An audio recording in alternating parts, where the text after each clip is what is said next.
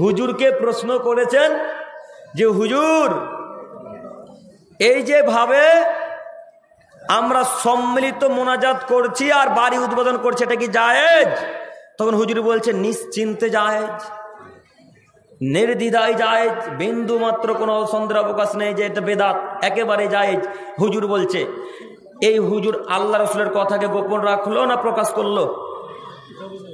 গোপন রাখলো না? তাহলে এর কথাতে যদি এখন আগুনের লাগাম পরানো না হবে তো কাদের কথায় লাগাম পরাবেন আল্লাহ? এই হুজুরদের কথাতে লাগাম পরানো হবে? আমাদের মতো হুজুরদের কথাতে লাগাম পরানো হবে?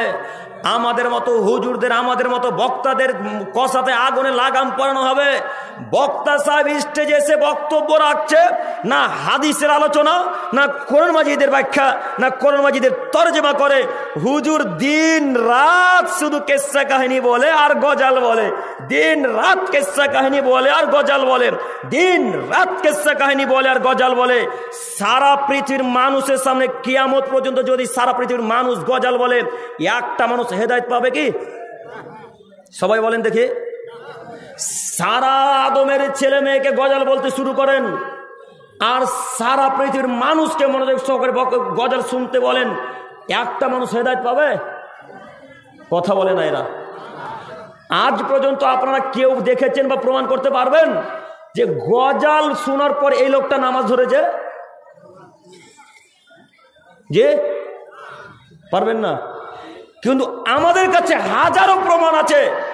দিন রাত মানুষ ফোন করে বলে, আব্দুল করিম ভাই আপনার বক্তব্য শোনার পর দাড়ি ছেড়েছি, আপনার বক্তব্য শোনার পর 5 ওয়াক্ত সালাত আদায় শুরু করেছি, আপনাদের বক্তব্য শোনার পর আমরা বিড়ি গুলগুটকা খেতাম, এই বিড়ি গুলগুটকা ছেড়ে দিয়েছি। হুজুর যে 20টা 25টা 10টা 15টা গজাল বললাম, এই 10টা 15টা গজালের জায়গাতে যদি 3টা থেকে 4টা 5টা 6টা হাদিস পেশ করতো, তাহলে গজাল যে জায়গাতে বলা হলো সেই জায়গাতে হাদিস মানুষ শ্রবণ করতো না? কথা বুঝাতে পারি না আমি। শুনো, মানুষ পরিবর্তন হতো কি হতো না? আশাবাদী হতো। এখানে এখন হয়তো 2-3 হাজার লোক আছে, 2-3 হাজারের মধ্যে সবাই আজকে হেদায়েত পাবে এটা আমরা বলতে চাইছি না। 2-3 হাজারের মধ্যে একটা মানুষ যদি হেদায়েত পায় তাহলে আজকে জালসার সফল ইনশাল্লাহ। তো একজন তো হেদায়েত পাবে। তো আপনার হুজুর যে এতক্ষণ ধরে গজাল বলে, এতক্ষণ পর্যন্ত গজাল বলে যে একবার নিষেধ করতে পারেন না কেন বলেন? হুজুর এমন গতিতে গজাল বলছে, কোনটা ওই শিরকি গজাল কোনটা বেদাতি গজাল হুজুর পার্থক্য করতে পারে না। যদি হুজুর পার্থক্য করতে পারতো তাহলে হুজুর বলতো, এই পৃথিবীর সৃষ্টি তোমার নামের ওসিলায়, ও মদিনার কামলিওয়ালা। সবার মুখস্থ আছে না গজলটা? একেবারে স্পষ্ট শিরক। তার মানে কি বলতে চাইছে গজল আপনি জানেন? যে মুহাম্মদ সাল্লাল্লাহু আলাইহি সাল্লাম আপনাকে যদি সৃষ্টি না করা হতো তাহলে জাতির কাউকে পৃথিবীতে সৃষ্টি করা হতো না। এই হাদিস একেবারে জাল। আরো কত গজাল নেবেন আপনি? আপনাদের একটা খুব দামি ফেমাস গজাল আছে, ও নদীরে তুই ভাঙলি আমার ঘর। শুনেননি মনে হয়? শুনেছেন না? গজালটাতে এত পরিমাণ শিরক ভরা আছে, একটু তাকান। নদীর সাইডে যত ঘর বাড়ি ছিল, এই সব ঘর বাড়ি কি নদীতে ভাঙলো না আল্লাহ ভাঙলো? আল্লাহ ভাঙলো না? তাহলে আপনার বক্তা স্টেজে এসে যেখানে শাইখুল হাদিস পাশে বসে আছে, শাইখুল হাদিস পাশে বসে আছে, পাশে ইমাম মাদানী সাহেব বসে আছে, পাশে মাক্কি সাহেব বসে আছে, এরকম মাদানী মাক্কি সাহেবের পাশে বসে হুজুর বক্তব্যের সামনে গজল বলে যায়, একেবারে শিরকি গজল, একেবারে শিরকি বেদাতি গজল বলে যায়। অথচ ওই মাদানী সাহেবও কিছু বলে না, এই শাইখুল হাদিসও কিছু বলে না। এরা সবাই বোবার মতো পুতুলের মতো বসে আছে। পুতুল যেমন কিছু বলতে পারে না, পুতুলের নাকে যদি একটা মাছি বসে যায়, মাছি যেমন হাঁকাতে পারে না, তেমন হুজুরের সামনে একটা লোক বেদাতি গজল, স্পষ্ট শিরকি গজল বলে গেল। একবার বলতে পারলো না, এই গজল বলছেন কেন? থামেন। কেন আপনি এই গজল বলছেন? থামেন। এই গজল বলছেন কেন? এই গজল বলা শিরক, এই গজল বলা শিরক, এই গজল বলা শিরক। কই ঠেকাতে পারলেন না কেন? আপনার হুজুরকে বলে যাচ্ছি, হুজুর গজল বলেন, তবে ওই সমস্ত গজল বলেন যে গজল শিরক বেদাত মুক্ত গজল, এমন গজল বলা লাগবে। তবে আরো একটা কথা বলে যাচ্ছি আমি আপনাকে, এখানে ভালোভাবে কথা শ্রবণ করবেন, যে গজল দিয়ে আজ পর্যন্ত কোনোদিন কেউ দিন প্রচার করতে পারেনি, ইনশাল্লাহ পারবেও না। আপনারা মনে করেন পারবে? গজাল দিয়ে কোনো মানুষ দিন প্রচার করতে পারে না, আজ পর্যন্ত ইনশাল্লাহ পারবেও না। শুধু গজালে থাকে মানুষের নাম নেওয়ার আশা, আর বলবে ওই লোকটার গলা কত সুন্দর ভালো, এই আশা ছাড়া পৃথিবীতে আর কিছুই আশা নেই। কথা বুঝতে পারলাম না? তাহলে আপনারা একবার নিষেধ করতে পারলেন না কেন? এত বেদাতি বেদাতি। আরও একটা গজাল বলি, দেখি আপনাদের মনে আছে কিনা। ওই যে গজাল আপনার বাচ্চা ছেলেরও মুখস্থ আছে, আপনার স্ত্রীরও মুখস্থ আছে, আপনারও মুখস্থ আছে। হাসবি রব্বি জাল্লাল্লাহ মাফি কলবি গৈরুল্লাহ। গজাল শোনেননি? ইউটিউবে গিয়ে সার্চ দিয়ে দেখেন, বাপ রে বাপ, 44-45 মিলিয়ন ভিউ। এত দামি, এত ভিউ গেছে গজালগুলা। যত মানুষ শুনেছে আর ওই প্রতি যারা বিশ্বাস করেছে, এরা সবাই পাপী, এরা সবাই পাপী, এরা সবাই পাপী। আপনার হুজুরও আহলে হাদিস মঞ্চে সেরকম গজাল বলে, কেন বলবে? সম্মানিত দিনী ভাই, আপনারা যারা গজাল বলছেন একটু চিন্তা ভাবনা করে গজাল বলার চেষ্টা করেন। আপনাকে এবার বলতে চাইছি, আল্লাহ নবী বলছেন যে হুজুরের গল দুই কষাতে আগুনের লাগাম পরিয়ে টানতে টানতে ফটফট ফটফট করে ফেরে একবার পিছন দিকে নিয়ে চলে যাওয়া হবে। এরা হলো হুজুর মানুষ, এরা হলো আলেম মানুষ, এরা হলো বক্তা মানুষ, যারা সঠিক জানার পরেও জাতির সামনে বলেনি, যারা প্রশ্ন করেছে মানুষ আলেম ওলামা ইকরামদের কাছে, কিন্তু নিজের সম্মানের ক্ষেত্রে নিজের ব্যবসাকে টিকে রাখার জন্য, ব্যবসাকে টিকে রাখার জন্য হাদিসকে গোপন করে রেখে বলেছে হ্যাঁ এই ব্যবসা জায়েজ, ওই ব্যবসা হালাল। নইলে আপনার হুজুর কিভাবে বলতে পারে? ওই অনলাইনে একটা ব্যবসা কি নাম বেরিয়েছে গো, বলেন তো দেখি ভাইরা।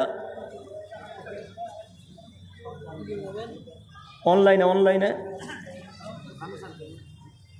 রামি সার্কেল তো গোটাই হারাম, একেবারে রামি সার্কেল খেলেন কেউ? গোটাই হারাম, গোটাই জুয়া। কি এরকম আছে? বিটকয়েন না কি আছে গো? বিটকয়েন না, বিটকয়েন, তারপরে কারেন্ট এজেন্সি, এইভাবে কি নামটা আছে মনে আসছে না আমার।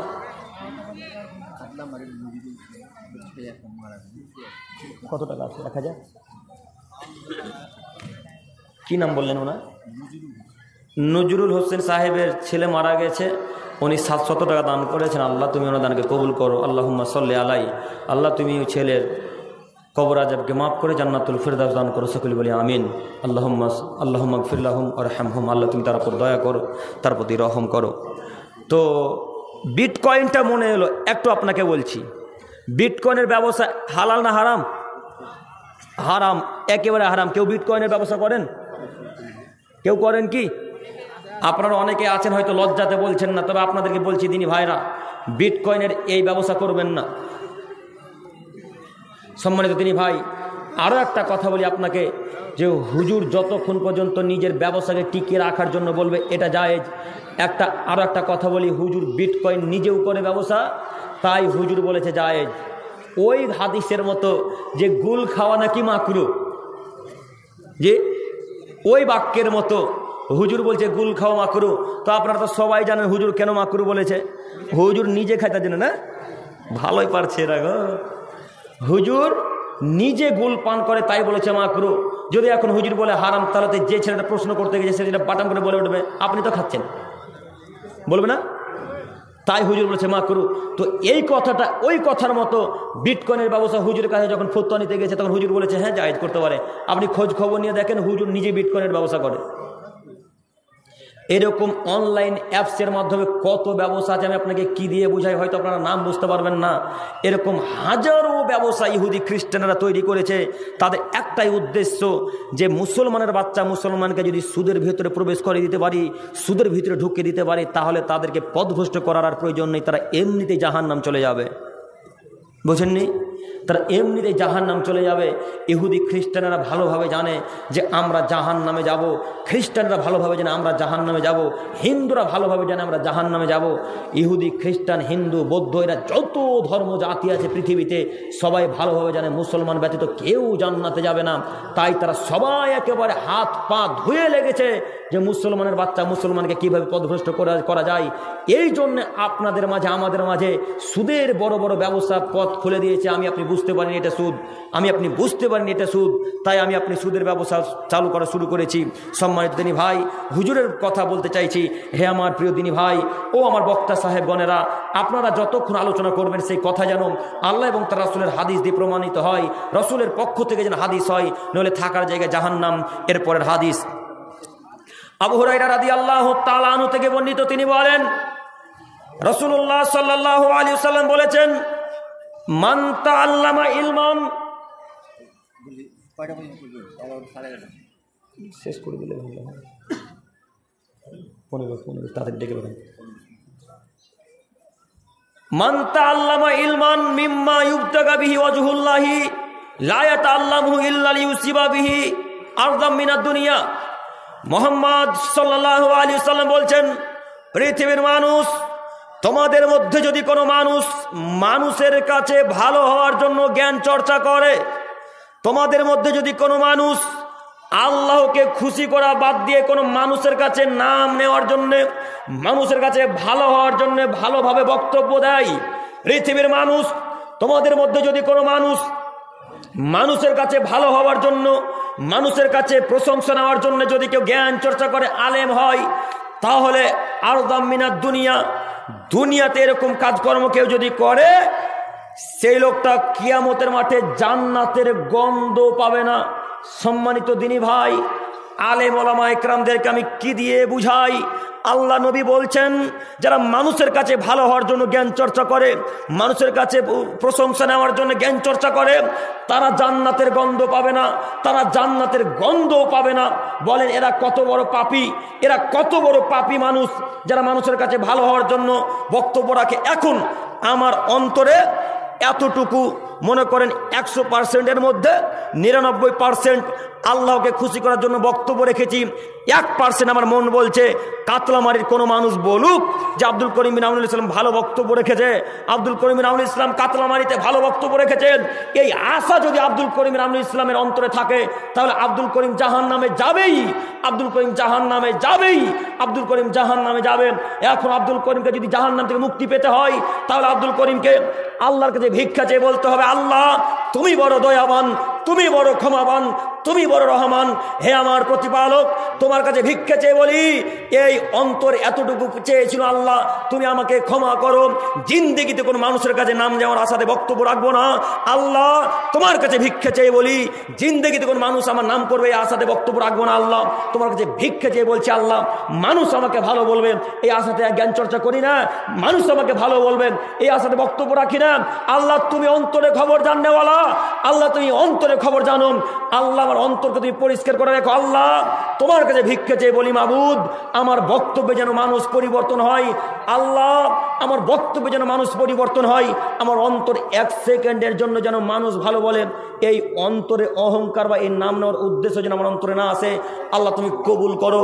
আপনাকে বলতে চাইছি, যদি কোনো মানুষ এতটুকু 1% আশা করে যে কাতলামারি মানুষ আমাকে ভালো বলবে, তাহলে তার থাকার জায়গা কোথায়? জাহান্নাম। এবার আপনাকে আমি জলজান্ত বাস্তব আপনাদের উদাহরণ দিয়ে দেখাচ্ছি। দেখুন, আপনাদের মসজিদের ইমাম সাহেবের উদাহরণ দিয়ে বলি, একটু আপনি তাকান। আপনাদের মসজিদের ইমাম সাহেবের কেরাত অতীব সুন্দর, খুব কণ্ঠ ভালো, একেবারে কারি সুদাইসের মতো, একেবারে কারি সুদাইসের মতো কণ্ঠ, অতীব মিষ্টি কণ্ঠে তেলাওয়াত করছে। মাগরিবের মিষ্টি সালাত আদায় করার পর যখন মুসল্লিরা চলে যাচ্ছিল, তখন একটা যুবককে ধরে বলছে, আব্দুর রহমান আজকের কেরাতটা কেমন হয়েছে গো? কেরাতটা ভালো হয়েছে কি? তখন আব্দুর রহমান বলছে, হ্যাঁ কেরাতটা খুব আজকে আপনার সুন্দর হয়েছে। তার মানে ইমাম সাহেবের অন্তর বলছে আমার একটু নাম করুক লোকে। কথা বোঝাতে পারলাম না? অন্তর বলছে একটু নাম করুক, তাহলে আমার একটু খুশি খুশি হবে। বক্তা সাহেব মনে করেছে যে আমার একটু নাম হোক না, তাহলে লোকে আমাকে ভালো বলবে।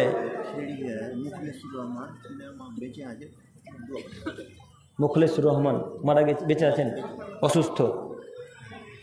মুখলেসুর রহমানের আম্মু অসুস্থ আছেন। আল্লাহ তুমি ওনার আম্মুকে অতীব তাড়াতাড়ি সুস্থতা দান করো, সকলে বলি আমিন। লাবাসতহরিন ইনশাআল্লাহ আদিহিবিল বাশরাব্বান্নাস ওয়াসমান তাসাফিল্লাহ শিফাল্লাহ শিফাউকা শিফাল্লাহ ইউগাদিরু সাকামা। সম্মানিত তিনি ভাই, আপনাকে আমি একটু বলতে চাইছি যে এই নীতি যদি অন্তরে থাকে তাহলে জাহান্নাম নিশ্চিত। আরও একটা এবার আপনাদের উদাহরণ দিয়ে বলি, আপনাদের গ্রামের মুয়াজ্জিনের আজান একেবারে মক্কার মতো আজান। আপনাদের গ্রামের মুয়াজ্জিনের আজান মক্কার মতো আজান। এই মক্কার কণ্ঠে আজান দেওয়ার পরে মাগরিবের সালাত শেষে সবাইকে বলছে আজানটা কি আজকে ভালো হয়েছে, আজানের কণ্ঠ আজকে ভালো ছিল। তখন কোন একটা যুবক বলছে হ্যাঁ আপনার কণ্ঠ খুব ভালো। তখন তার অন্তরটা একবারে মনমে লাড্ডু ফুটা হয়ে গেল। তখন তার অন্তরটা মতিউর রহমান সাহেব সালাহতপুর থেকে 200 টাকা দান করেছেন। আল্লাহ তুমি দানকে কবুল করো, আমিন। আল্লাহুম্মা সাল্লি আলাই আল্লাহ। তো আমি আপনাকে বলতে চাইছি, এতটুকু কাজ যদি ইসলামের জন্য করেন, একদম কাকে খুশি করার জন্য করবেন? আল্লাহকে। আজকে মনে করেন কোনো মানুষ এই জালসার কমিটির দায়িত্বে আছে, সবাই একইভাবে খাটবে, এটা কোনোদিন সম্ভব নয়। প্রত্যেকটা ছেলে একইভাবে দায়িত্ব পালন করবে, এটা সম্ভব নয়। তো আমাদের কমিটির মধ্যে কোনো একটা কমিটি খুব বেশি কাজ করছে এই উদ্দেশ্যে যে লোকে যেন আমাকে বলে এই ছেলেটা আজকে খুব কাম করেছে। বুঝতে পারছেন কি? এই উদ্দেশ্যে যদি আজকের মাহফিলে কাজকর্ম করে তাহলে তার থাকা জায়গা জাহান্নাম। একদম 100-তে 100 আল্লাহকে খুশি করার উদ্দেশ্যে কাজকর্ম করা লাগবে। মনে থাকবে ইনশাআল্লাহ। আল্লাহ তুমি আমাদেরকে বুঝার তৌফিক দান করো, সকলে বলি আমিন। সম্মানিত দিনী ভাই, এরপরের হাদিস, এইবার যে হাদিস বলতে চাচ্ছি সে হাদিস অতীব গুরুত্বপূর্ণ, অতীব মূল্যবান হাদিস। দেখো যুবক ভাই তোমার উপকার হচ্ছে কিনা। কাব বিন মালিক রাদিয়াল্লাহু তাআলা আনহু বলেন, রাসূলুল্লাহ সাল্লাল্লাহু আলাইহি ওয়াসাল্লাম বলেছেন, মান তালাবাল ইলমা লিউজারিয়া বিহিল উলামা, যদি কোনো মানুষ জ্ঞান অর্জন করে আলেমদের মাঝে ঝগড়া লাগানোর উদ্দেশ্যে।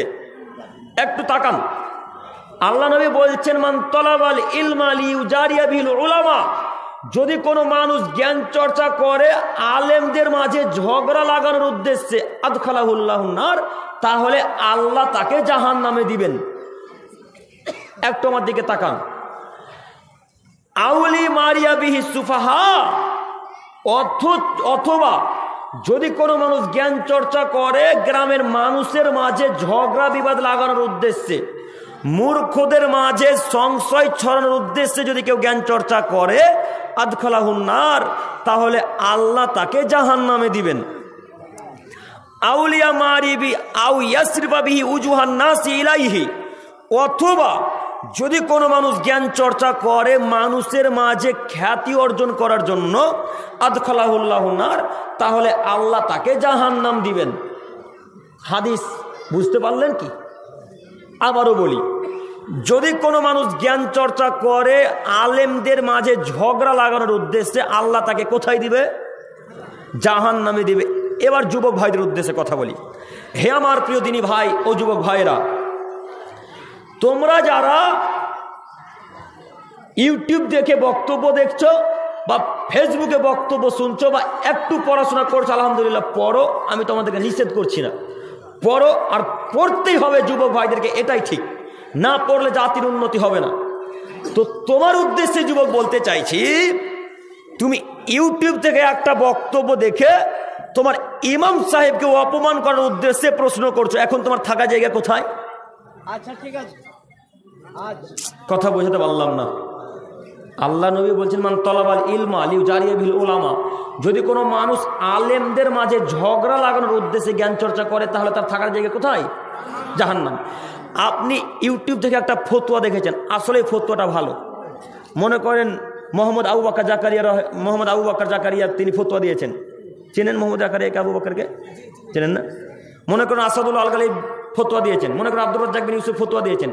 এই ফতোয়াটাকে গ্রহণ করে এসে আপনাদের ইমাম সাহেবকে প্রশ্ন করছেন, ইমাম সাহেব এটা করা যাবে? তখন ইমাম সাহেব বলছে তাই তো বুঝতে পারছি না।